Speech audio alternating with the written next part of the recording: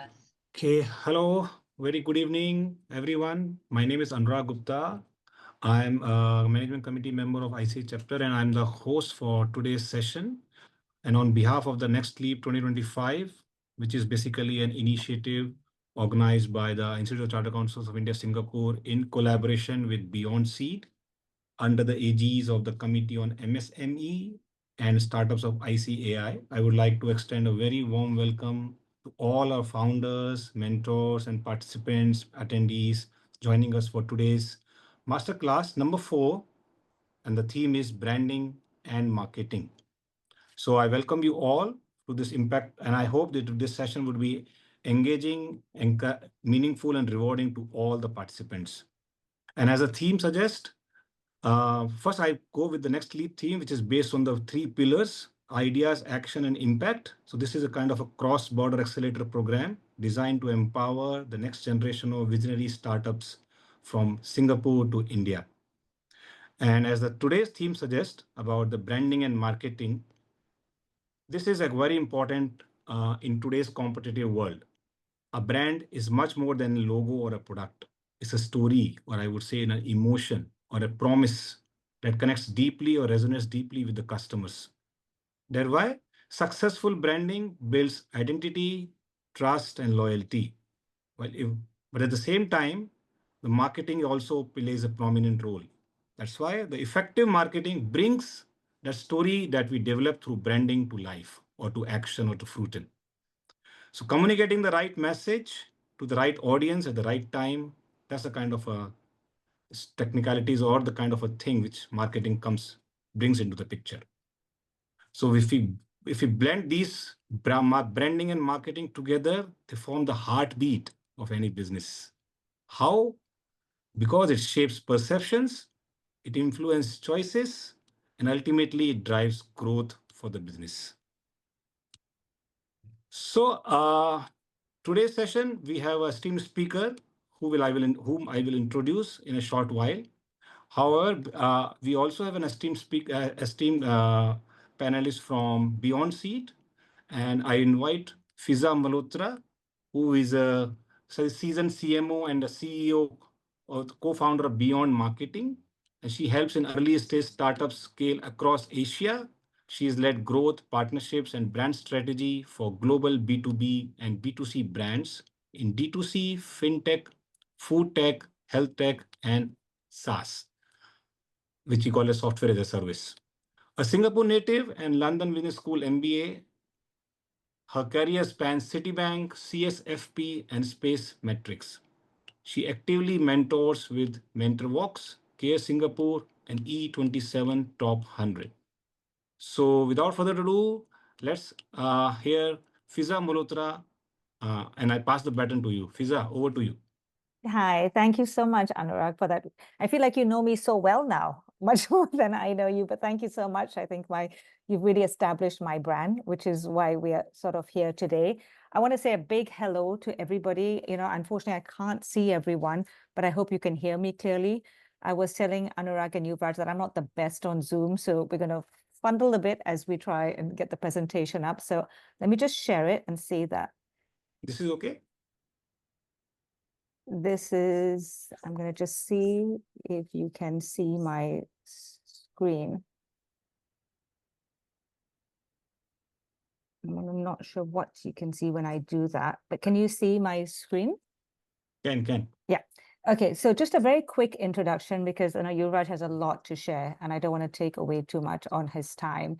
I think, Anurag, you really touched on some really important points there, right? When you were talking about branding and why it's so important, especially in the B2B space, because B2C is a very quick thing where people do a lot of impulse buying. It's a lower acquisition cost, and people tend to make purchases. The decision making behind the purchase is a lot faster, right? And in the B2B space, the brand trust and credibility is much more critical.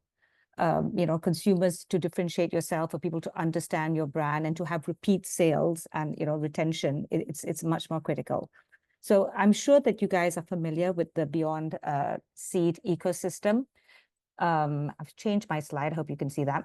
But basically, BeyondSeed, as you know, we work with early stage startups. We invest in them. Sorry, Fiza, sorry to interrupt, but if you can put this presentation on full screen so everyone can see that clearly.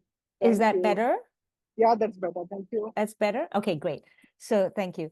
But we invest in early stage startups and we help scale them up to Series A. When we started doing that, and that's how we started, right, as an early stage strategic venture partner. But when we were doing that, we realized that a lot of early stage startups needed structured growth solutions. So it wasn't enough to just sort of invest in them, because then the money gets spent really quickly, as you founders know. It goes, it goes very quickly, and then you have to answer to investors. So we decided to build growth pillars that we felt were immediate support that our startups needed. So, and you can see it on the screen, there's beyond distribution, helping with, like your marketplaces, your cross-border distribution, beyond services, covering everything from financial services, accounting, tax. Beyond capital is the latest stage pillar when you're looking at Series A funding. And beyond marketing is our marketing and public relations engine. A lot of startups, when they come to us initially, it's a lot of it's performance marketing is critical, lead generation. And for B2B companies, especially, the cost of acquiring a lead is much more. So whether it's through like LinkedIn Sales Navigator or it's, having an EDM sort of like sales journey that has been crafted. But we always tell them to always take a step back and first of all, be very clear on their brand and what their brand stands for and understanding who the customer is and what the value proposition is for that customer. So just very quickly, we have done, because a lot of times what we do, and we cover India predominantly as a big market, is we have a really strong partnership with Zoom Media. Yuvraaj, who's going to be jumping on in a second, is the founder of Turntable, who is one of the key sort of pillars within the Zoom Media family. And what we do with them is cover all the main parts of where we see startups need support, whether it's, public relations or performance marketing or brand strategy or just marketing strategy in general. And we work them through all of that. I think the key thing to understand is that we build partnerships. It's not about we're not an agency. We are marketing growth consultants. So we look at you, we understand your budget, we understand your key pain points and what you're trying to achieve. And then we build that partnership with you and with Zoo. Normally, we're looking at a 1.5, 2-year relationship where we really get to know the team and then plug in people where we need them in order to achieve the success that we need. And everything is obviously KPI-led. So today, I'm really, really glad that, we're going to be talking about branding. But thank you so much. I really hope you enjoy the session. And if you have any questions after that, I have to jump to another meeting later on. But if you have any questions, you can reach out to Yuvraaj and myself, send it to us, and we'd be very happy to jump on a call. Ta-da! This is my slide that we had. We were reading up on it. And honestly, to find people who have worked on branding, in the sector in India, it's really interesting, who understand the power of the brand. So with great honor, I introduce Yuvraaj Oberoi, who is the founder of Turntable. I'd like him to also share how he came up with that brand name and has done, I think, over 16, I would say probably 20 years of experience in the B2B and B2C space, helping brands with their strategic brand consultancy. So Yuvraaj, over to you. Thank you, Fiza. Appreciate that. Yeah, so if I can just kick off with a little bit more about myself. I'm formally trained as an engineer, but didn't do a day's work in that field. I found the design world and branding world to be very interesting. So I learned how to do it. And the reason I'm saying that is because I think it's sort of a skill and a muscle that every business owner needs to adapt to and learn these days. I don't think it's, you can outsource that entirely to someone. You need a support team. You need, possibly, like Fiza was saying, a group of agencies working on your account, but it's also a capability and a muscle that you need to build yourself, right? It's like you can't run a business without being able to read a balance sheet. I would say that it's the same for, brand building. So I've spent, like Fiza was saying earlier, almost 20 years now in the branding and marketing space. And over that course of time, I think the key learning has been that the core principles of branding don't really change. They might be more nuanced based on the kind of industry you're in, like Fiza was also saying earlier about the B2C and B2B divide, but at the same time, the core principles don't change. And that's what I'm going to try to share with you today and hopefully contextualize it also to the business owners that we have here today. I'm going to try to share my screen. Please let me know when you all can see it. Sorry, Yuvraj. Meanwhile, when your screen is presented for all us to see, I just want to Yes. inform everyone about the housekeeping kind of thing. So we'll have a question and answer session at the end. So all participants, please feel free to post your questions in the chat box, or else at the end, you can also raise your hand when we open the floor for questions. So we will spotlight you at that time and you can ask questions directly to the speaker. So that's it. So that's information for all the attendees. So that's it. Yuvraj, please proceed. Thank you. Thank you. I'm going to share my screen. Please let me know if you can see it.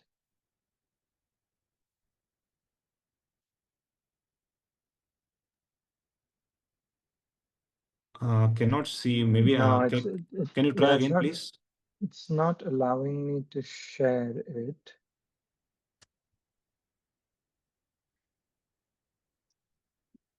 Give me a second, please, to troubleshoot. When you press the share button, does it take you to that screen which says share, then screen documents advanced, or do you not get to that stage? That's just sort of popped up. Okay. I'm just going to share. So you click on share and then you can see the option screen. Yeah. Can see now, and then you can put on the presentation mode. Yeah, we can see it. We can Perfect. see. Thank you. Thank you. All right, great. So, right. So we've called this workshop, this session, the brand playbook, because it's not just to give you information and, leave you with that. It's also to empower you with certain tools that you can take back and start implementing within your organizations as soon as tomorrow, and we structured this workshop into two parts. The first part is called Branding 101, which is an introduction to brand. The reason to do this is because even though it's a term you're familiar with, is it something that we fully understand? So the first half of this section is going to be about that. And the second half is how to unlock the power of your brand. And that's where we really understand these concepts more in detail and see how you can start working with them. All right. So I think the first thing to address is that what is brand? And this is a little exercise for you to do there. I'm going to pose a few questions and let you think about it. If you have a pen and paper, do write it down so you can sort of think about it later as well. So is your brand your name and logo, right? Is it your product service or your customer service? Is it your reputation, reviews, and ratings? Is brand tangible or intangible? Or is it all of the above? Right, I'm just going to leave this on screen for a moment and have you sort of think about this. All attendees, you can put your answers in the chat box. You don't need to tell me your answers. I just want you to think about it. I just want to get in the right headspace. If you want to type something into the chat, please feel free to. And while we go along, if we can address points, we will. But I just want to get you into the right headspace, right? So here's a couple of cues. These are 3 quotes that I really like about branding. So Jeff Bezos was very famous for saying this once, which is your brand is what people say about you when you're not in the room. Okay, this could also apply to your personal brand, not just your organization. Walter Landau, who is an industry titan who's built some of the best and biggest brands like Marlboro, etc. He once said that products are made in a factory, but brands are created in the mind. And Simon Sinek, who invented the idea of the golden circle, which I'll reference later, said people don't buy products, they buy meanings. Right, so I think you're sort of getting where I'm going with this. And to clarify that, what I would say is that brand is a space in the mind. It is not just the logo. It is not just your reviews. It's all of those things, but all of those things held in your mind, right? This is something that we really need to understand and grapple with, right? That all of the things that we do, all of the different touch points that your brand engages with your audience and all your stakeholders, right? I'm not just talking about your customers. I mean, your people, your partners, your investors, the entire stakeholder group. That's your audience, right? And over a period of time, can you create a recognizable feeling with this group of people? When you can do that consistently with a large group of people, that's when you know you have a brand, right? Very often, we also see that there is a gap between what founders think their brand is and what their audience thinks their brand is, right? That's the brand delta that we try to minimize over time when we send out our branding and marketing messages, right? So the sum total of the experiences that you deliver, that's what goes towards creating this space in your audience's mind, right? And that's the shift in thinking that you need to have as an entrepreneur, as a founder, that it's not just about the tangible things that you do, it's also about the intangible things that you do. It's very easy to control everything that you can touch, see, feel, but feelings, emotions, perceptions, these also need management. All right. So this is the big shift. We urge a lot of people, clients, etc., that we work with, that you need to stop looking at just the tangible and start thinking about the intangible and how that correlates to what your brand is perceived as. Since we're talking about state of mind, this is another tool that every founder should have in their toolkit, which is called the brand resonance pyramid. And let me just explain that to you for a second. What happens is that there is a journey between someone knowing your brand and loving your brand, right? So at the base of the pyramid, which is brand salience, this is the stage at which someone is just getting to discover you and recognize you as a brand. So this is where your identity comes into the picture. This is just the bottom of the pyramid. Very often when you're talking about brand, people say, oh, I need to have a recognizable brand. Yes, that's right. I need to stand out from the competition. Yes, that's right. But all of that is just to create salience. It's just to create how you are identified. Okay. The second level of engagement is, now that you know who I am, right? What is the sort of imagery and performance that you correlate to me? This is where we give the brand meaning. All right. And this is where really differentiation is created, not at an identity level, but at a meaning level. All right. And then the third level is where now the customer is they recognize you, they understand you. So now how do they really feel about you? Right?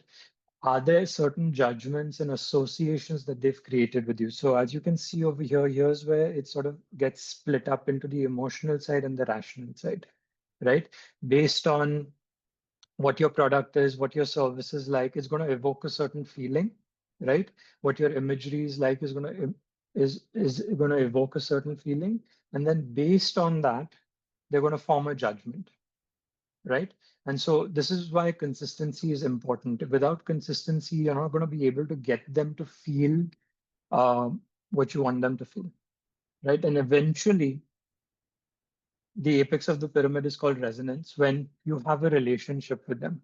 When you have a positive association on a feeling and a judgment level, that's when they become a brand advocate and a brand champion, right? And that's where you want all your customers to get to, as well as your other partners and your employees, right? So typically we map this outward towards customers, but I also like to do it internally. How can you get your people to be your brand champions, right? So this is something to keep in mind. Try to, as a founder, assess when you meet someone, when you talk to someone, where do you think they are in this journey with you, right? If you have a CRM, possibly try to link this to that and see where in the life cycle of a customer is there, are they in terms of resonance, right? Yeah, so Something that I usually like to clarify before moving on is about branding and marketing. Is there a difference? Isn't there a difference? They're often used as interchangeable terms. And so let's clarify that. Take a moment to do that just now, right? The simplest way I can put this point across to you is that branding is about connection and marketing is about call to action. They are two sides of the same coin, but they are not the same thing, right? So on the branding side, we try to give things meaning. We try to create a certain perception and a connection, right? The role of branding is not to inform the customer about a sale that is going on, right? That is the function of marketing. So marketing aims to tell them, hey, this brand exists. This is what's interesting about it. And how do you go about acting on it? So creating a call to action is the end role of marketing. And again, you can confuse marketing with sales, right? While there is an overlap over there, the aim of sales is just to convert, right? That's the end of the funnel. Okay. It's not the entire funnel.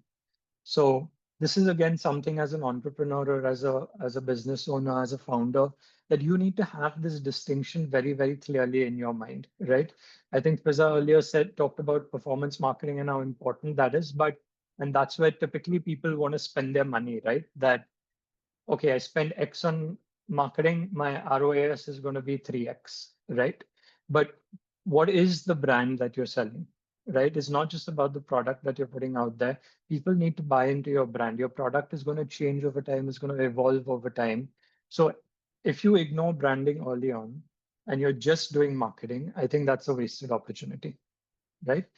So for now, I'm going to take you a little deeper into branding and to help you understand that a little better. And then at the tail end of this next section, we're going to talk a little bit about marketing as well. Right. So touching on what I was just saying earlier, why does brand matter? Right. We've talked about what brand is and what marketing is, but why does it matter? Right. And typically I have four answers to that question.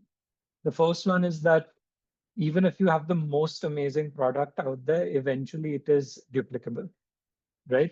If you have a product that is similar to another competitor but marginally differentiated, it becomes really tough, right? But your brand, that's not really duplicable. Okay, your brand is actually protectable. If you've gone through the motions of creating something that's trademarkable, that's copyrightable, you actually have something that you can protect. Okay. The second aspect is that it is your brand that is associated with trust, recall, and is differentiated long term. So this is where you need to play the long term game, right? You got to have that end game in sight. It's not just about having an exit, it's about creating brand value. The third is that customers, as much as we like to think that they buy our products, they actually buy the meaning and they buy why you exist. And lastly, and most importantly, I think if you're a B2B business, especially, is that your employees want to be part of something bigger. They're not just working with you because of the paycheck. Sure, they might leave for a better paycheck, but they can also leave if the culture in the organization isn't great, right? And they aren't going to stay long term with the organization if they don't feel like they're part of this building journey and part of something bigger. So these are, I think, four very, very clear reasons as to why brand matters and why you need to take it seriously as a founder, right? Now, if we agree on brand matters, I would recommend that you invest in it early on. Again, it sort of gets ignored, gets pushed down to later stages in the business. But if you can, wherever you are in your journey, I would recommend start investing in it now. Right now, the reason for that is branding isn't just an external function. We tend to see it that way. Most of our conversations are about it happening outward, but it is very much an internal function. It's quite like this iceberg that you see, right? You can only see the top and that's the external part, but there's a lot happening below it, right? You have just the customer up here and the peripheral audience, but below it, you have your team, you have your partners, you have your entire vendor network, you have your investors. All of those people are responsible for making your brand happen. It's not just you. and it's not just the customers, right? So it is important that you look at them and understand what they're thinking about your brand early on as well. My second reason for getting ahead of the curve is this, that if you don't take control of your brand and of your narrative, the market will shape it for you, right? You are a brand, you are an organization playing in some part of the market, right? And so whether you like it or not, people are going to form perceptions about you. They're going to form judgments about you. And if you aren't shaping those, it's going to be out of your control. And then you're going to have to do a lot of reputation management thereafter. Okay. The third reason to come in on it early is time compounds branding, right? It's like an SIP. You start small and time has a compounding effect on it. So most of the brands that we know of, that we love today, generically, if you've noticed, they've been around for a long while, right? And they've been around and done their thing consistently for a long while. And that's why their brand equity is as high as it is, right? I'm not saying as a young brand, you can't create brand equity or be recognizable. You very much can. But I'm stressing that time has a compounding effect. So use that and don't push it down to later in the journey. And lastly, because you are sort of a funded entity, most of you at least, you do need to be able to measure your brand value, and you do need to have brand as an asset on your books, which you can use as a multiplier later on in the journey, right? Investors take this point very, very seriously. They're not just looking at your balance sheet, they're also looking at your brand value, right? So the sooner you start, you put yourself in a much better position. Right. So what does a typical brand development process look like? I'm going to sort of break that down for you from the lens of the three stages that a company goes through. So usually at the start of a journey, we call that brand creation, right? Where you're just setting out, you're a startup, you're at an early stage, or even if you're creating a new product line, right? That's where the brand creation piece comes in. As you move later into your journey, certain things might change, right? Fundamentals might change, your vision might change. Maybe a little bit of reputation management is in order. That's when typically a refresh or a rebrand is triggered. And towards the end of a journey, sometimes you're looking at, you've maybe created multiple brands, you want to consolidate them, or you've gone through a merger and acquisition, or you are embarking on one. This is where brand consolidation as an activity comes in, right? So these are typically the three stages of branding. You don't necessarily have to go through all three. I'm just trying to sensitize you to what they are, because I'm not quite sure where in your journey you are, right? But at whatever stage you are, just understand that it's a tool that's going to help you get to where you want to get to, right? And irrespective of these three stages of a company, the phases of branding that we move through are also defined. The first one is brand strategy. This is where we identify what the purpose, the positioning, the persona, the promise, and the proof of a brand is. All right. Once we know that, that's when we shape identity. That's where your verbal visual identity comes through. Your brand guidelines sort of that manage all of that are defined, and the assets that you're going to use to deploy your brand come in. And the third phase is the execution phase. Now, this is typically the longest phase. So your strategy is typically a one-time activity that you do to set your foundation. Your identity is also more like a one-time activity, but you can keep evolving that over time. Your execution phase is where you really need to exercise that muscle. That's what I was talking about earlier, that everything that you've thought of, conceived of, built needs to be put into action, and you get a lot of feedback and response from that as you go along.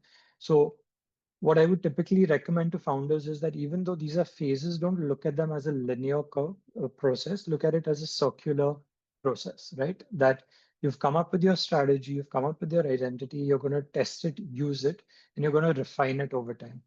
You might come to a particular stage in the company's journey where you need to overhaul it or tweak it. That's when you would do a brand refresh or rebrand. And eventually, at the end of the journey, you might want to completely change it or consolidate it as well. Okay. So in a nutshell, this is what the development process looks like, both from a company lens and a branding lens. All right. So you are somewhere in your journey at the moment and you're probably thinking, where do I start, right? Because I'm sensitizing you to new concepts. Maybe you know some of them, maybe you don't know some of them, but what's the start point, right? How do you go about uh, this brand building process, so to speak, right? And there's two things that I'd like you to sort of think about, two entry points, so to speak. One is that you need to think about building your product outside in, sorry, but building your brand inside out. Now, the reason I'm saying this is because if you build your brand like you build your product, it's going to be an absolute disaster. Your product should be built based on what your customer needs, right? Where there's a gap in the market to solve for something. But that's not how we build a brand, right? If you build a brand based on external factors, it'll constantly have to change because the competitor landscape changes, the market landscape changes. So you don't build brand outside in, you build it inside out. And I'm going to show you the steps on how to do that very shortly, right?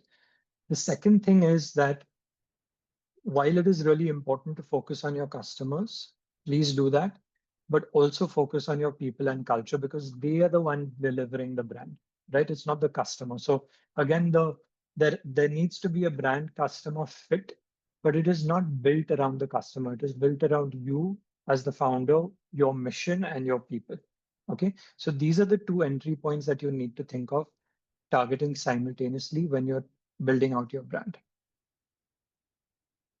Right. So there are quite a few pillars, but I've distilled it down to the five most important pillars that I think you need to address early on in the journey. And that's what I'm going to walk you through. And I'm also going to give you examples along the way so that you can correlate these concepts that I'm talking to you about with actual real life examples.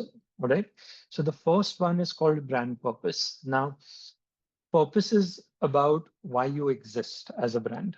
All right. And the reason you exist as a brand is not to make money. That is your reason to exist as a business, right? And your customers and your people don't really care about you existing to generate a profit, right? They care because they care about something deeper than that. All right. So this is one of the hardest things to do in the brand development process, which is identify your purpose, but it is absolutely something worth doing. Now, this is a brand that we worked on called Ribbon. It's a FinServe brand based out of India and the UK. And uh, their reason to exist is to make banking simple, transparent, and sustainable. All right. So if you see in this definition, we're not really talking about money. We're not talking about profit. Obviously, that's in the mix because you're a business. That's taken for granted, but we have to go deeper than that. Right. So this is a company that developed a product and a super app around consolidating a lot of financial services into one app. Right. So that's what we mean about making banking simple.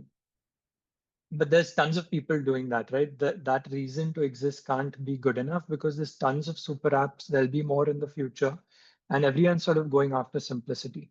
So we looked at another area, which is transparency, right? So if you look at the app over here, use the inner ring is your spend, but the outer ring is your carbon footprint generated by that spend, right? And that's what we mean about transparency, that every rupee you spend or transact and has a certain carbon footprint to that, can we make that visible to you as a customer, right?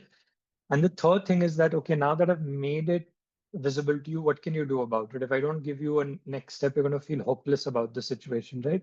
And so then there are modules on how you can offset your carbon footprint, give back to society, etc. All of that within the app, right? So that's what becomes a much higher level purpose. Now, if you're working towards something like that, it makes you distinguishable. It makes you a place where people want to work and a mission-led place, right? And that's what gives the company longevity in the long run. All right. So that's what I mean by purpose. Think about how you as a company are going to deliver purpose beyond money. The second pillar is positioning, right? I cited this earlier that there are a lot of players in your market space. How are you going to stand out and how are you going to win over there, right? So again, I'll elaborate on these concepts more. Right now, I'm just trying to get you to understand the pillars, which is the second pillar is positioning, right? So here's an example of Money, where they sort of position themselves as friendly finance, right? Typically, finance can be dry and boring. So they took this positioning that we're going to make it friendly, we're going to make it approachable. All right. The third thing is personality, right? You do need to see your brand as a human being and having human traits. So are you bold? Are you caring? Are you playful? Are you calm? What kind of personality do you have, right? That's something you should think about as well. The fourth thing is your promise. Now, this is something at a brand level, doesn't have to be at a product level, right? So an example over here of Ninja Cart is building better lives for every agri citizen, right? So this is something that they're building everything that they do around, right? And it's not just a statement. It is a promise that they need to deliver on, right? So this is a question that the brand can ask themselves with every decision that they're making, everything that they're putting out. How are we making their lives better? Okay. And the fifth element is the brand identity. So as you can see, it sort of comes much later in the order. And I'm taking ribbon over here again because it's a brand that we've personally worked on, where we identified that people, planet, and profit needed to come together to make their proposition come to life. So that's what we created this symbol around. People, planet, and profit in a visual representation. And then we also brought that into communications, right? So this was a billboard that we had put out when we launched the brand. No people, no planet, no people, no payments, right? And then we built out everything else around it. And the point over here is that you need to have everything look consistent, cohesive, and also be interesting and evolve over time. Right, so those are your 5 pillars, and I'm going to take you a little deeper into each of them now so you can understand how you can apply it, right? So coming back to the first pillar, brand promise, purpose, sorry. Simon Sinek came up with this very simple visual of what it looks like, right? So the outer ring is your what, is your product, right? Your inner ring is your why, is your purpose, right? So you want to build from the inside out, not from the outside in, from a brand perspective, right? So at this level, you could run this exercise for yourself and your team and say that, hey, what problem do we really solve, right? And what do we care deeply about, or what do our customers care deeply about, and is there an intersection point over there, right? If that doesn't work, try question 3, which I find to be the most interesting one, right? Which is that what are we doing to make the world a little better place? And the reason I say that is because think about this. If your brand didn't exist tomorrow, would people really miss it? Right? If the answer to that question is yes, is when you've created a brand that's worth having in the world, right? So I want you to ideally think down to that level of deepness, right? That what is it that we're really doing? What do we really mean? And therefore, will we be remembered, right? So if you're a B2B brand, I've put a tip down here for you as well that in most conversations with B2B clients, we end up we circle back to the same point, right? That either you're helping your customer, this other business that you're interacting with, either you're helping them make money or save money, right? You think that is your purpose, right? But that is not your purpose. That is the purpose of the product or service that you're giving them. That is going to enable them to make money or save money, right? You need to figure out what you're doing as a brand beyond that. All right. So this is just a tip for B2B guys to keep in their space. Uh, yeah. So the why is super important. If you know why you exist and what you want to deliver to customers, the how will become very simple. All right. And the how can then be easily differentiated than other people's how as well. Right. And so eventually what you'll realize is that you start competing at this level rather than this level, which is a lot easier to do. It's much easier to compete at a why level than a what level, right? So here's another few examples of brands in the space, right? Zero Dara, a brand that we all know of, I think. Financial independence for everyone was their purpose, is their purpose, right? For 1MG, accessible healthcare for all is their purpose. And for Darwin Box, enabling people to thrive at work is their purpose. So as you can see, it's a much bigger, broader, deeper level of thinking, right? And then you tailor your identity, your personality, all of that stuff around it. All right. Moving on to positioning, right? Positioning, I think, is a very, very tricky thing. It's easier said than done. So one principle to really understand deeply is that if you're speaking to everyone, if you're talking to everyone, you're going to speak to no one. Okay. This is something which is very tempting to do, right? You want to say that, oh, I have a large customer base. I have many target groups. Sure. But bifurcate them into primary, secondary, tertiary, right? Start with the primary. Focus on the primary. Go really deep on the primary because it's likely that the secondary and tertiary are peripheral to them. Okay. And what this allows you to do is become very, very crisp and clear in your messaging later on, right? So here's a simple framework that we use in terms of brand positioning, right?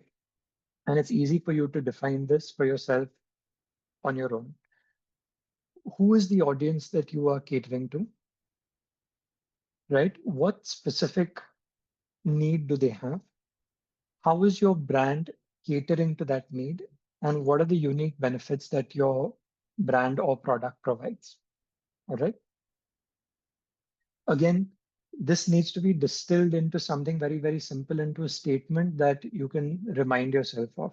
We often recommend to our clients that you print this out and paste it on your wall, use it as a wallpaper, do something to anchor what you're doing in, because it's very easy to stray away from your positioning based on what you're doing. And you become reactive to the market. And like I said earlier, you don't want to do that because that will disrupt your brand, dilute your brand. All right. And the tip, I think, over here when thinking of both of them is to be as specific as you can, right? Map out your positioning in the market. I'll show you an example of that now as well. Map that out, be as specific as you can, distill it down as much as you can. And that's what will give you a sharp position in the market. Okay, so here's an example. Here's what I mean by positioning, right? Typically, we take a 4-quadrant layout. You look at mass to niche and functional to emotional, right? And most industries typically have this bifurcation of spaces when it comes to the market landscape. And put down your competitors in that and see, and like what we've done over here, you'll see that there's a lot of white spaces that you'd be able to identify in the market, right? And typically people end up getting clustered into spaces. Not that that's a problem. If you have a strong why, you can still be in a cluttered space and distinguish yourself. But what positioning also helps you do is to find white spaces or gaps in the market, right? So I quite like what Grow as a brand did, that they said that we want to empower India's new generation. So that's who the customer audience is, of investing with a simple, transparent, jargon-free platform. So that's your offering and your category, to invest confidently in their financial future, right? That's the benefit that they get. So what I was showing you over here, these 4 points are neatly integrated into one statement, right? And then you can also see where you want to position your brand visually in the market. All right. Right. So coming to the third pillar, this is about brand persona, right? Now, it gets even trickier over here because now you're trying to see your brand as a person, trying to think of it as a human being, right? And to make that process simple for you, I have 2 tools that we use that I'm sharing with you. One is called the archetype wheel, right? That's this thing that you see alongside here. So Carl Jung, who was a psychologist in the mid 50s and 60s, came up with this concept that there are 4 core reasons or drivers that human beings have. One is to leave a mark, 2 is to connect with others, 3 is to provide structure, and 4 is to go on a spiritual journey, right? Don't take these very literally as terms. These are very core, deep belief systems that human beings have. And then these are the 12 drivers or motivators, so to speak, around that, right? So you have mastery, power, liberation, freedom, knowledge, safety, innovation, control, service, belonging, pleasure, and intimacy, right? And based on that, you've got these 12 archetypes that are created, right? And these are certain brands, just to give you an example of how they use those archetypes, right? So what we typically do with our clients, B2B or B2C doesn't matter. you need to identify one archetype that resonates with you, right? And that's what you build your persona around, right? That's what you build your value system around. That's what you build your culture around, right? So this is something that you can look up. I'm sure this presentation will be shared with all of you at some point, but you can also make a note of it if you like. It's called the archetype wheel, right? So typically we like to pick one archetype and then pair that with one of these 5 personality types, right? Broadly speaking, there are these 5 brand personalities: sincere, excitement, competence, sophistication, and ruggedness, right? So a person can be perceived through both of these lenses combined, right?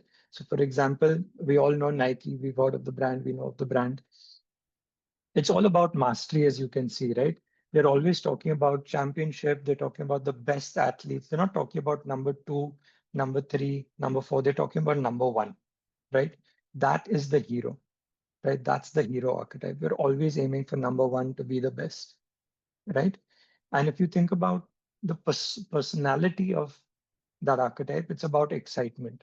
It's about winning, right? Winning is about excitement, right? Let me give you another example of, say, Apple, right?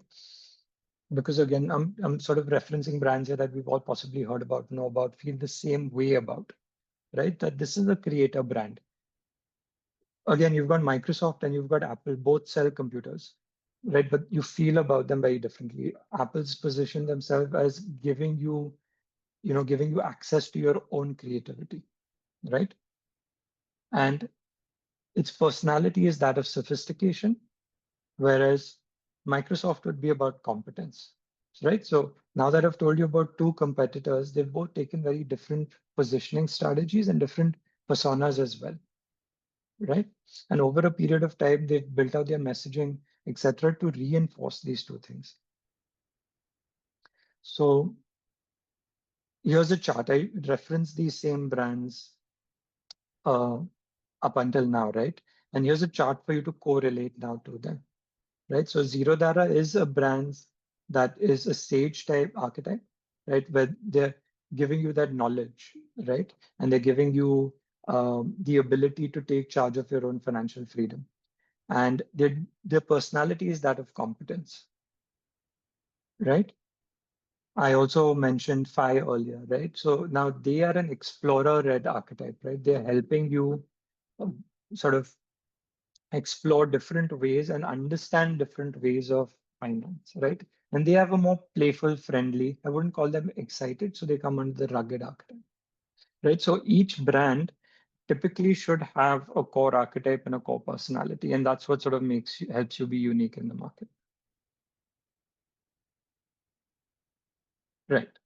So how does all of that manifest, right? How do you tangibly apply the things that I've been telling you about, right? So here's what I would recommend you do. Start with actually identifying what your stakeholder ecosystem looks like, right? It's not just your customers, like I said earlier, it's your employees, your partners, your vendors, your investors, and even the community around you. If you grow to be big enough one day to engage in CSR, engage the community, etc., they also become a stakeholder in your entire ecosystem, right? So try to look at that whole thing very, very objectively and holistically. And then try to run this 4-quadrant exercise again. That is not just about an internal external divide, it's also about a physical and online divide, right? So your internal offline space, what does that look like, right? So that could be your office, that could be your team culture, etc. Your internal online could be your intranet, it could be your online tools like Slack, Notion, etc. All of these are branding touch points, right? All of them are touch points where your brand gets to manifest and gets to influence people, right? The same thing applies externally. There's an offline component and then there's an online component, right? So your online would be your social media, your website, your email, etc. And your offline would be maybe a point of sale. It could be an event. It could be the actual physical branding of your product, right? So your touchpoint matrix can be quite comprehensive. And when you do this exercise, you will realize that there are a ton of opportunities for your brand to sort of touch people, influence people, and also for you to get feedback from people, right? So try to see it also as a two-way street. Branding marketing is not a one-way street. You should create pathways for them to be able to connect back with you, to speak to you, to share their feelings and emotions with you. All right, so this is another exercise that you could do immediately if you'd like. Right, once you've done all of that, then we finally come to the stage of crafting your brand story and your message, right? And here are 5 sort of tips that I could give you to start thinking about what these things are, right? So one is something that we've already discussed earlier, which is your why. Stop trying to just talk about your product and the product benefits, etc., right? Start talking about the why. So how did you come up with your idea? Why do you exist? Why should it matter to customers? Okay. Another thing that you could do is to talk about uh, yourself as a founder, right? If you are a founder-led company, don't shy away from talking about yourself. Eventually, this is a person-to-person connect, right? Whether it's B2B or B2C, people relate to other people, right? So if you've got a strong story, make it visible. The third thing is to not just talk about the problem, but what you really solve for, right? I think that's really powerful. It's very easy to say, okay, this is my problem statement. This is a gap in the market, but how are you going about solving it? Try to talk about that how as well. Yeah. And the last thing is about impact, right? What kind of impact does your brand or product have in the larger ecosystem? Can you talk about that? What happens by that sort of messaging is that you shift focus from yourself to something bigger, right? And that's when it seems to be less preachy. Yeah, so I'm not saying you have to do all of them. At some point in your journey, you'll probably do all of them, but start with something. Pick one of these and start adding to it as you go and start building a richer brand story as you go. Right. So here's a few examples of how people have gone about doing that, right? That so Fi took this messaging narrative that we're sort of help people build a better relationship with their money, right? That's a really interesting concept and a storyline to have because there can be many offshoots to that, right? People have a very complicated relationship with money, right? So unpacking that, delving deeper into that, helping them simplify that, that's a great messaging peg, right? Again, um, and I'm sure this will be shared with you and you can sort of relate this to your own companies and your own messaging strategies. But what I'm trying to say is that also try to coin one core messaging strategy, right? And let there be different offshoots of that. Yeah. Again, what this will do is it'll help you anchor all your communication, but make it richer at the same time. Right. And so how does all of that come together now that you need to do some amount of marketing and engage your customers, right? So your your purpose, your personality, your promise, all of that stuff needs to come now, get distilled down to the kind of content that you create, right? And so here are examples of content buckets that you as a brand needs to create, right? So one could be, say, education, how to, videos on how to do things, tips, insights, stuff like that, right? The second is founder-led storytelling. So here's what you're seeing alongside that. Make yourself visible, talk about deep insights, position yourself and your brand better. Community-led storytelling is also fantastic, right? That's when you can bring your customers into the fold, create testimonials, conversations, even videos now around that, right? The fourth is talk about your product as a bucket, right? That's where you can deliver your features, your demos, your offers, all of that. And the last, and something I feel is really important in today's day and age, which is influencers and brand collabs, right? What influencer collabs helps us with is not just accessing new markets, but also someone else talking about your brand in a positive way, right? If you can do a brand collab, that's even better because then you're opening yourself up to another brand's database. But at the same time, it's two people talking about an intersection point, which makes it really interesting, right? So here's one example alongside of Ninja Cart where they've managed to address all of these different content buckets and do it in a consistent manner where their brand identity comes through really strongly. Okay, so this is where we finally get our intersection point of branding and marketing. Right, so two more things that I want to touch on while we sort of conclude this part of the section is that, especially if you're a B2B brand, your people are your brand, right? Again, it applies to B2C as well, but especially in the B2B space, your people really can make or break your brand, right? It isn't just, you can't just have a brand manual and have your branding assets. It's got to be delivered, right, by someone, right? And that's where your people come in. So the way they act, speak, every single interaction that they have with this other business that you're engaging with, it's super important that you focus on that, right? So here are a few reasons why you need to take it really, really seriously, right? Anything that you're going to execute, your people are going to execute it, right? So please invest in strong SOPs, guidelines, all of that stuff, and then watch them like a hawk, right? And really see how all of that stuff is shaping your culture. Because the culture is essentially the delivery system of your brand, right? Again, your people are going to come and go, employees might come and go at all levels, but that culture is really, really important, right? And you as a founder definitely have to keep your eye on that. Your culture is going to be the delivery system for your brand, right? Again, what you'll realize is once you start paying attention to this at a deeper level and also seeing how it's affecting your brand, you'll become a lot more conscious about how you're hiring. Yeah. So here's a couple of practical tips that we give founders in terms of how they can sort of, really focus on this brand people fit.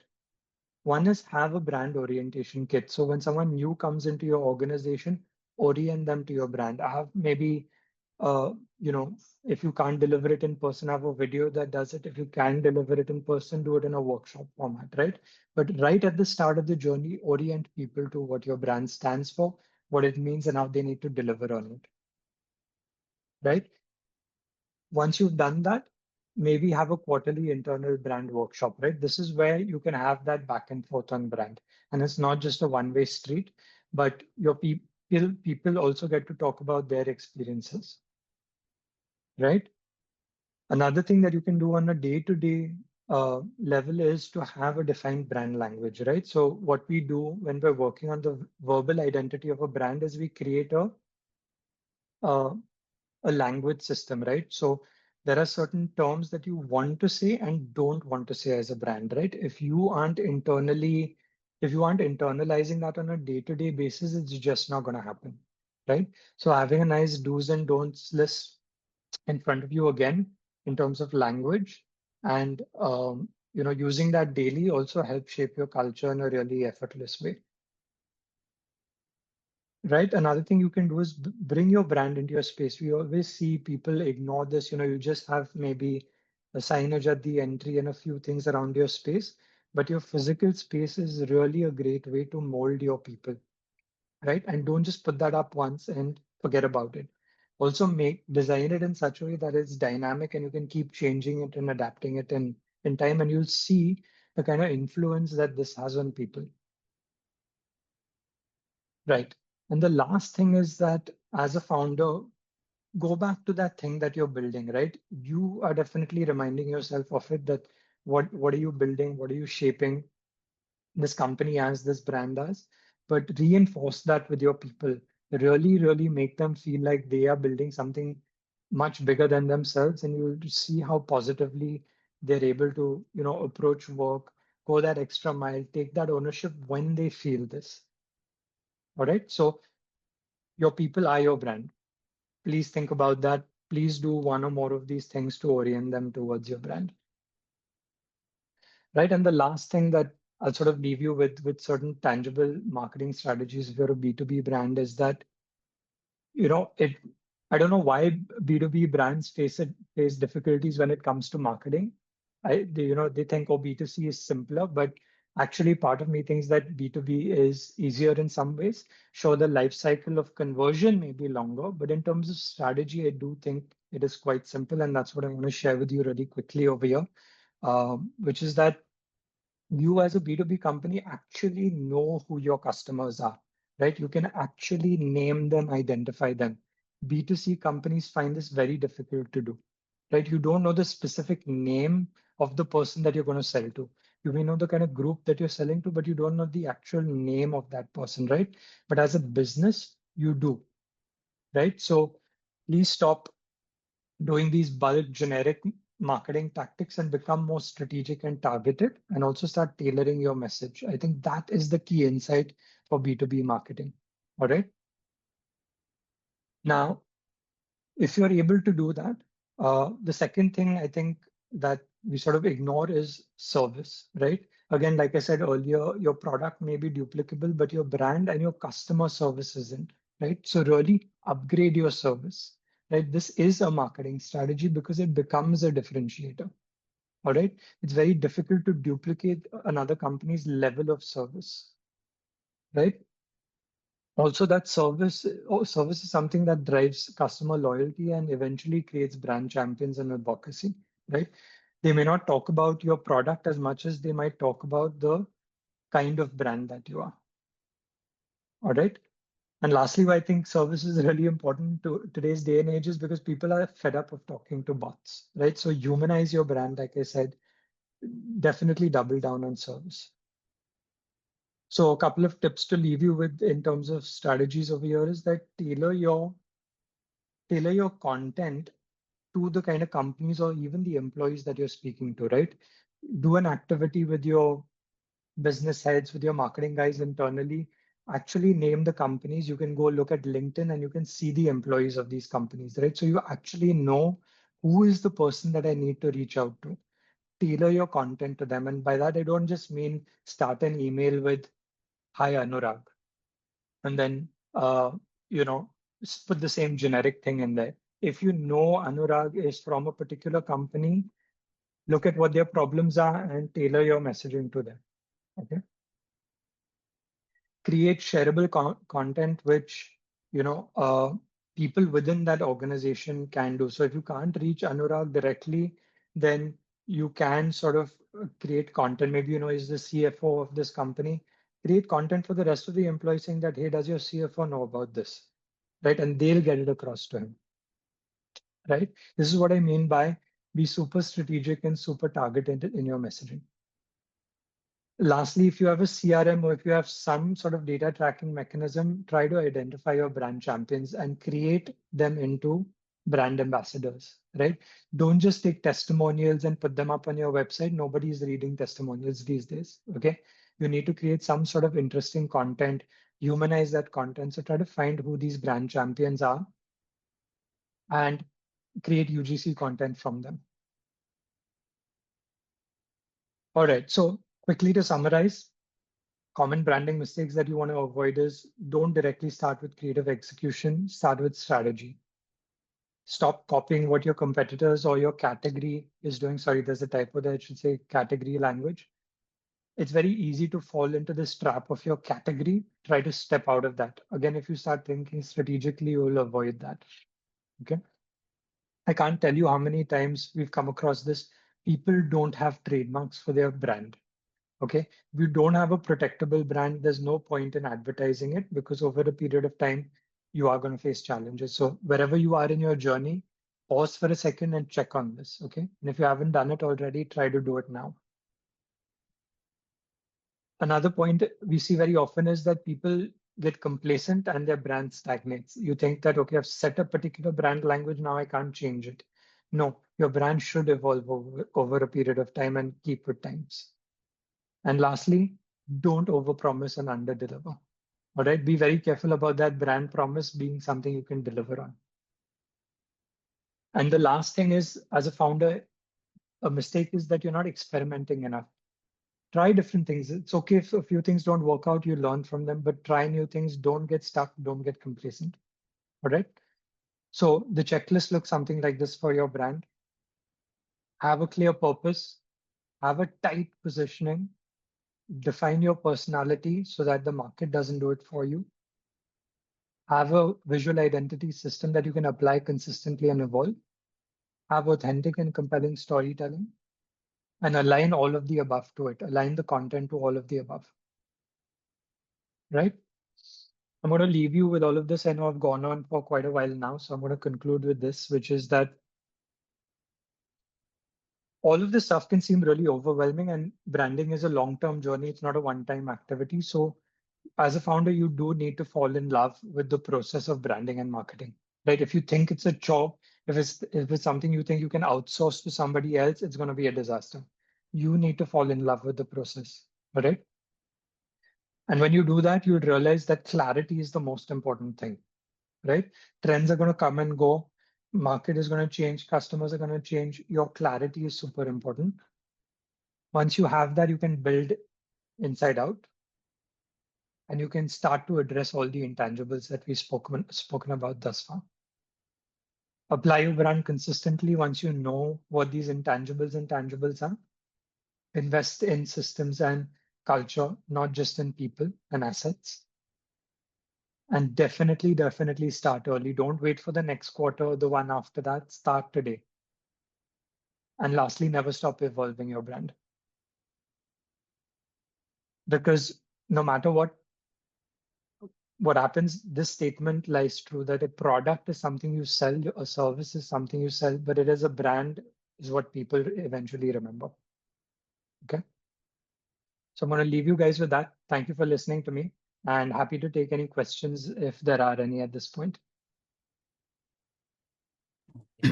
Thank you. Thank you very much, Yuvraj, for taking us through this journey of branding and marketing.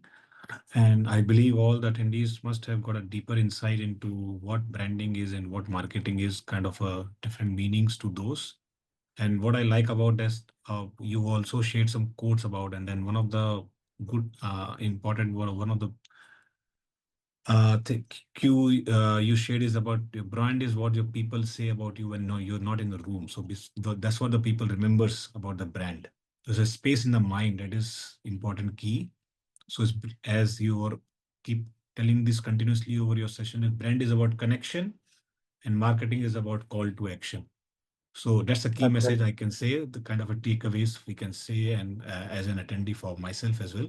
So I thank you very much for taking this beautiful journey to of branding and marketing.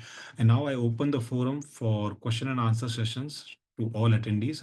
Please raise your hand in case you want to ask directly to the speaker, or else you can put your questions in the chat box as well.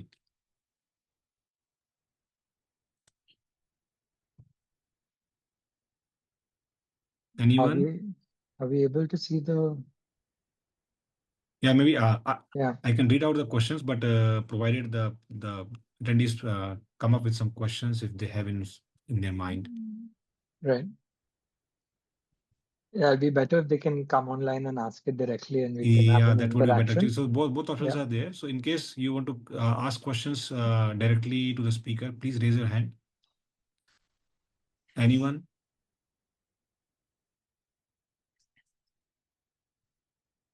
Okay, Anirban Roy.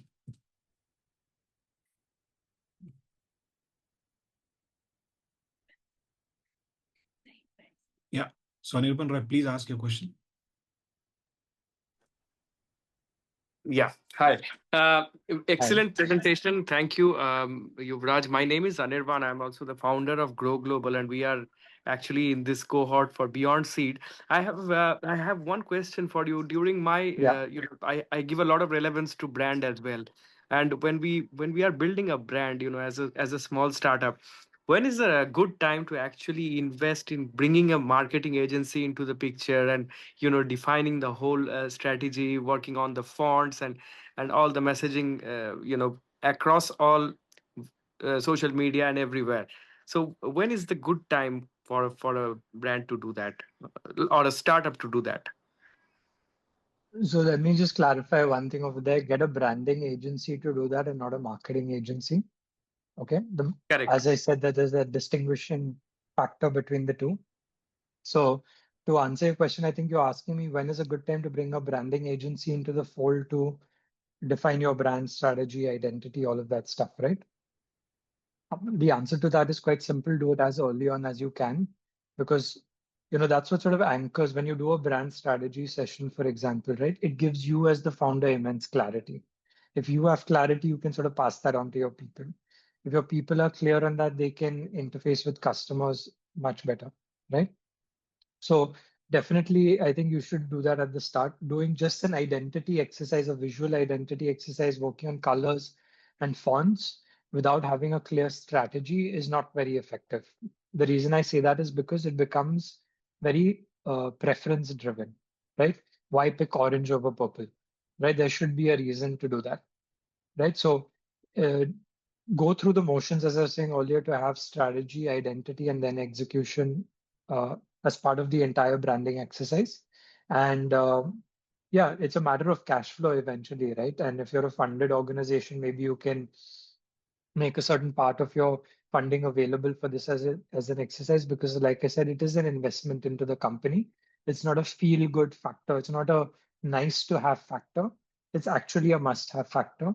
But it's just a question of can you afford to do it and when you can afford to do it, right? So if your cash flow allows for it, if your funding allows for it, definitely do it as soon as you can. Does that answer the question? Yes, yes. Thank you. Yeah. Thank you, Anirban, for putting up the questions. Any other participants? Any other questions? Okay, there is a question. If I could just a minute. Okay, there is a question from Karthik Singh. The question is, how early can someone start branding? Is it a day one thing? So the question is, how early can someone start branding? Is it a day one thing? Mr. Karthik. Yeah, absolutely. It is. Ideally, it should be a day one thing. There's no right or wrong answer to that question, but ideally, it should start as soon as you can. What I've seen also with a lot of founders that I've worked with, that they've come up with an idea, they've come up with a product, and we start working on it before they launch, right? So you can launch with a fully branded product or service as well. So yes, absolutely, branding can start day one. It's not something to leave to later. As I was saying earlier in my presentation as well, time has a compounding effect. So definitely start as soon as you can. Thank you. So any other questions? So far, I cannot see any questions. So any participant want to ask questions to the speaker? They can raise their hand.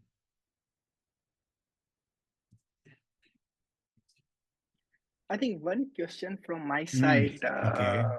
Yuvraj. So this Yeah. is more onto the personal branding side.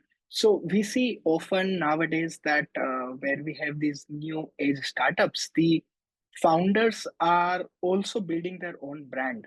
So be it Boat, be it Dermaco or the Mama Earth, and be it the Shadi.com, etc. So how important you think it is to have a personal brand of a founder to be able to leverage that into growing their own business and their startups? I think it's super important. Actually, that's a great question. I'm glad you brought that up because I think it's very relevant to this cohort.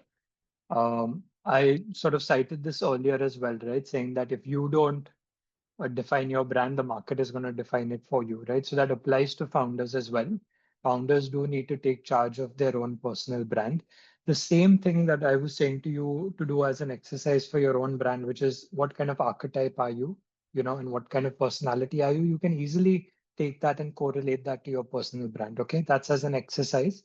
But in terms of the importance of having a strong personal brand, I think it's an excellent tool to have in your kit, right? Because again, people can relate to you much better as a person. They can talk about you as a person, not just your organization.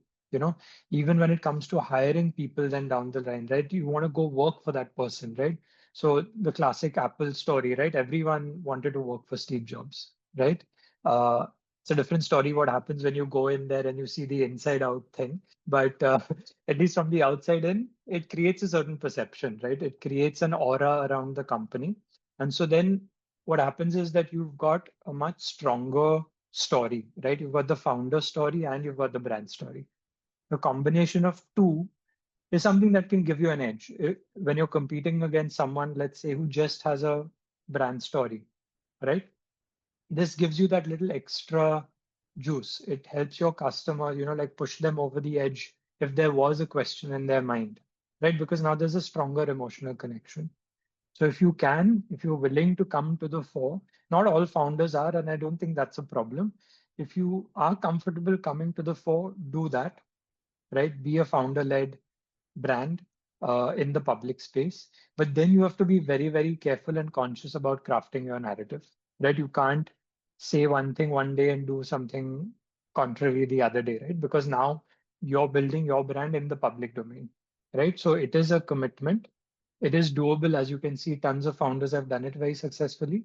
And it seems sort of effortless when you're seeing it from the front. But trust me, there's a lot of strategy in the back. There's a lot of, there's teams supporting it in the back. And it's not just this one individual doing it by themselves. You can start by yourself, but eventually you're going to need a team to support the journey. But yeah, thanks for Thank you asking very that much, question. Yuvraaj. That was a good one. Yeah. Thank you for answering, Yuvraaj. Very insightful.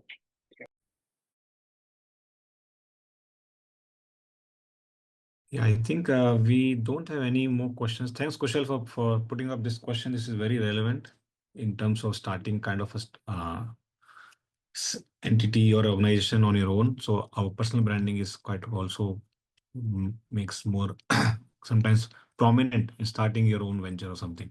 So if we don't have any more questions, I mean, we can proceed to our next session. So I'll invite Kushal, Secretary ICAI Singapore Chapter, to deliver the vote of thanks. On today's session, theme was branding and marketing, delivered by Mr. Yuvraaj Oberoi. Over to you, Kushal.